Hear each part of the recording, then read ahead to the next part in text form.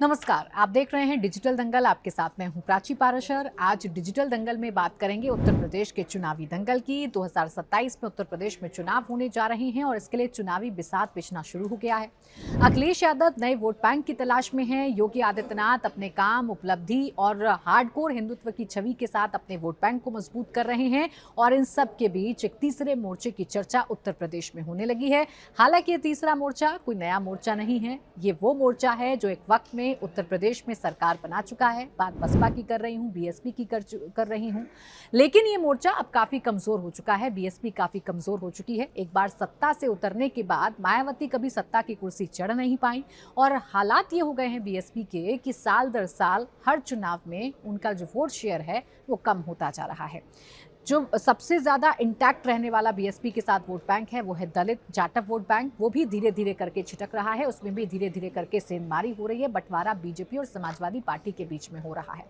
लेकिन एक बार फिर बसपा के एक्टिव होने की चर्चा उत्तर प्रदेश में क्यों हो रही है? नए चेहरे, नए तेवर के साथ बसपा इन चुनावों में क्या कमाल कर सकती है? किसको नुकसान पहुंचेगा, किसको फायदा पहुंचेगा, ये आज मैं आपको बताने जा रही हूं। उससे पहले आज की ताजा राजनीति क्या है मैं आपको बताऊं। सबसे पहले ये जान लीजिए कि बसपा 2017 और 2022 में क्या किया था बसपा ने। तो 2022 के चुनाव में बसपा को सिर्फ 12% वोट मिले थे और 2017 में बीएसपी को तकरीबन 23% वोट मिले थे। यानी कि 2022 और 2017 के बीच का जो अंतराल है, तकरीबन 10% की गिरावट बीएसपी के वोट बैंक में आई थी। यहाँ ये जान लेना भी जरूरी है कि 2019 में बुआ भतीजे की जोड़ी बनी थी। मायावती और अखिलेश यादव मिलकर चुनाव लड़े थे। हालांकि कुछ कमाल ये गठबंधन कर नहीं पाया था और ये गठबंधन चुनावों के बाद यानी कि नतीजों के कुछ ही दिनों बाद टूट गया था। मायावती ने कई तीखे आरोप अखिलेश यादव पर लगाए थे और ये कहा था कि हमारा वोट तो उनके साथ चला गया, हमारा वोट तो शेयर हो गया, लेकिन अखिलेश यादव ऐसा नहीं कर पाए। इस बार कोशिश कांग्रेस की ये लग रही थी शुरुआत में कि इंडिया गठबंधन के साथ मायावती को जोड़ने की कोशिश हो रही है। कीजिए, कांग्रेस के दो सांसद पहुंच गए थे मायावती के गेट पर और कोशिश की थी कि मायावती से मुलाकात हो, लेकिन मायावती को जानने वाले लोग ये समझते हैं कि जब तक उनसे पहले अपॉइंटमेंट ना लिया जाए कोई भी नेता उनसे मुलाकात नहीं कर सकता है। तो ये तो बात रही बसपा के वोट बैंक की। ये तो बात रही 2017, 2022 और 2019 में बसपा का परफॉर्मेंस कैसा था। आज बीएसपी क्या कर रही है जिसकी वजह से बीएसपी की चर्चा हो रही है और क्यों माना जा रहा है कि भाजपा से ज्यादा समाजवादी पार्टी के लिए नुकसानदायक हो सकती है, आपको समझाती हूँ। दरअसल 10 अगस्त को हाथरस में मायावती के भतीजे आकाश आनंद एक रैली करते हैं, एक सभा करते हैं और वहां से आकाश आनंद जो तेवर दिखाते हैं वो भारतीय जनता पार्टी से ज्यादा समाजवादी पार्टी के लिए अलार्मिंग सिचुएशन हो सकती है। हालांकि कमाल बात यह है कि अपने इस रैली में, अपने इस संबोधन में आकाश आनंद ने अखिलेश यादव और राहुल गांधी को अंकल कहकर पुकारा था। ये बयान जरा चर्चाओं में रहा, खूब चर्चाओं में रहा, लेकिन निशाना सबसे ज्यादा भाजपा सरकार पर आकाश आनंद ने साधा था। अब आप ये कहेंगे कि आकाश आनंद अगर भारतीय जनता पार्टी पर आक्रामक हैं, अगर बीजेपी पर आक्रामक हैं, तो नुकसान समाजवादी पार्टी को कैसे हो जाएगा, ये भी आपको समझाऊंगी। पहले आपको बता दूं कि किन मुद्दों का जिक्र आकाश आनंद ने अपने इस सभा में किया था। सबसे पहले झांसी का मुद्दा उठाया, फिर पेपर लीक का मुद्दा उठाया, 25,000 स्कूल बंद होने का मुद्दा उठाया, बेरोजगारी का मुद्दा उठाया, कानून व्यवस्था का मुद्दा आकाश आनंद ने उठाया और इन तमाम मुद्दों के जरिए भारतीय जनता पार्टी के खिलाफ ताल ठोकने की कोशिश आकाश आनंद ने की है। बीजेपी को आक्रामक तेवर दिखाने की कोशिश आकाश आनंद ने की है। हालांकि 2024 में भी आकाश आनंद ने ही बीएसपी में प्रचार प्रसार की कमान संभाली थी, बड़े चेहरे के तौर पर उभरे थे, लेकिन कुछ खास कमाल कर नहीं पाए थे। इस बार फिर कोशिश बीएसपी कर रही है, युवा चेहरे के साथ मैदान में उतरना चाह रही है। इस बार माहौल युवाओं का है, जेनज़ियों को लुभाने की कोशिश की जा रही है और इसीलिए आकाश आनंद ने अखिलेश यादव और राहुल गांधी को अंकल कहकर पुकारा है। अब ये तो बात रही उन मुद्दों की जो आकाश आनंद ने बीजेपी के खिलाफ उठाए हैं। अब आपको ये समझाती हूँ कि बीजेपी के खिलाफ बोलने के बावजूद भी आकाश आनंद समाजवादी पार्टी का डैमेज कैसे कर सकते हैं। तो पहला फैक्टर ये है कि जो सत्ता विरोधी वोटर्स हैं उनमें बंटवारा हो सकता है।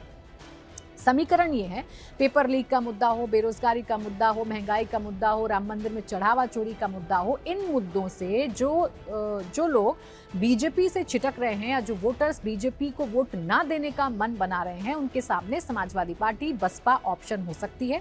यानी पहले जो एक मुश्त वोट समाजवादी पार्टी और कांग्रेस के गठबंधन को जा सकता था, वो वोट अब बीएसपी के खाते में भी जा सकता है। एक दावेदार बीएसपी भी बनकर आ सकती है, जिससे बीजेपी को फायदा हो सकता है, क्योंकि सत्ता विरोधी वोटों में बंटवारा होगा। इसके साथ ही साथ समाजवादी पार्टी यानी कि अखिलेश यादव पीडीए को सबसे बड़ा नारा बना रहे हैं। 2024 में अपने पीडीए के सहारे अखिलेश यादव ने 37 सीटों पर अपने सांसद जिताए थे, भारतीय जनता पार्टी को पछाड़ा था। इसी पीडीए में सेंधमारी की कोशिश बीएसपी कर सकती है, इसी पीडीए में डेंट लगाने की कोशिश बीएसपी कर सकती है। आकाश आनंद ने तो पीडीए का एक नया फॉर्मूला, एक नई परिभाषा भी दे दी और कहा कि ये पब्लिक डराव अभियान है, जिसे पीड़ित, दलित, अल्पसंख्यक और इसमें कभी कभी अगड़ा जोड़ देते हैं, कभी कभी पीड़ित और पंडित जोड़ देते हैं अखिलेश यादव। उसकी नई फुल फॉर्म आकाश आनंद ने दी और कहा कि पब्लिक डराव अभियान है, यानी कि पीडीए जो वोट बैंक है उसमें बंटवारा हो सकता है, इससे अखिलेश यादव को नुकसान हो सकता है।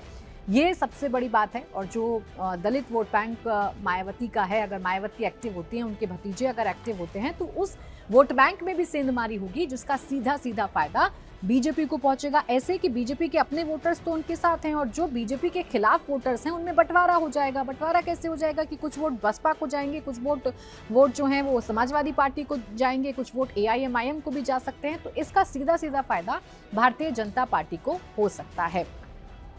अब आप कहेंगे कैसे हो सकता है, तो उत्तर प्रदेश का समीकरण आप समझिए। 2022 में 43 सीटें ऐसी थीं, 43 सीटें ऐसी थीं जिसमें जीत और हार का जो मार्जिन था वो 5000 के आसपास था।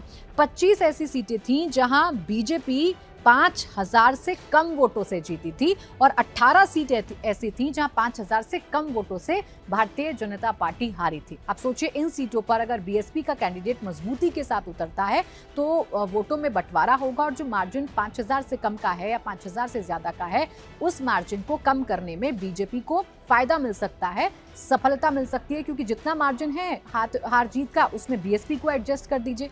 अंदाजा लगा लीजिए कि इससे भारतीय जनता पार्टी को कितना फायदा हो सकता है। इसके अलावा राहुल गांधी और अखिलेश यादव की छवि पर आकाश आनंद डेंट करने की कोशिश कर रहे हैं। और अगर आप ये कहेंगे कि बीएसपी के चुनाव लड़ने से बीएसपी को फायदा क्यों नहीं होगा, उसी सूरत हाल में बीएसपी को फायदा हो सकता है जब बीएसपी अपने वोटर्स को ये भरोसा दिलाने में कामयाब हो जाए कि वो सिर्फ वोट काटने के लिए नहीं बल्कि जीतने के लिए लड़ रही है। अगर मायावती ये मैसेज कन्वे करने में कामयाब हो जाएं कि वो सरकार बनाने के लिए चुनाव लड़ रही हैं, तो उनका वोट बैंक उनके साथ इंटैक्ट हो सकता है। क्योंकि बीते कई चुनावों से हम देख रहे हैं कि मायावती कहीं एक्टिव नहीं दिखती हैं, मायावती सक्रिय राजनीति में नहीं दिखती हैं, कहीं किसी भी राजनीति में हिस्सा लेते हुए नहीं दिखती हैं। हाँ, एक्स के जरिए पोस्ट जरूर करती हैं।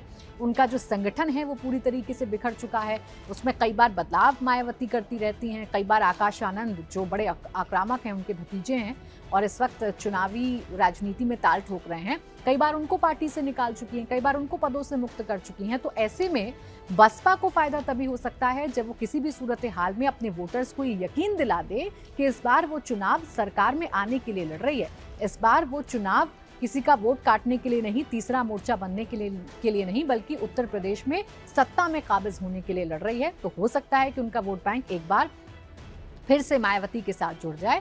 लेकिन इसका एक पहलू ये भी है, महत्वपूर्ण पहलू ये भी है कि बसपा जितनी मजबूत होगी उतना नुकसान समाजवादी पार्टी को होगा।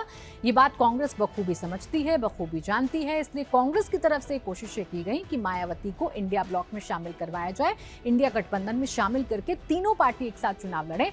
हालांकि मायावती कई जगहों पर ये क्लियर कर चुकी हैं, कई जगहों पर ये कह चुकी हैं कि वो किसी भी सूरत हाल में किसी के साथ चुनाव नहीं लड़ेंगी, उत्तर प्रदेश में अकेले ही ताल ठोकेंगी। अब जैसे जैसे 27 के चुनाव नजदीक आएंगे, आकाश आनंद की भूमिका मायावती बड़ी करेंगी। आकाश आनंद किन मुद्दों पर चुनाव लड़ेंगे, आकाश आनंद अखिलेश यादव पर कैसे स्टैंड रखेंगे, आकाश आनंद भारतीय जनता पार्टी पर कैसे हमला बोलेंगे, इसी बात पर यह निर्भर करेगा कि वो वोट काटते हैं या वाकई में बीएसपी को मजबूत करते हैं। इसी के साथ डिजिटल दंगल में बस इतना ही।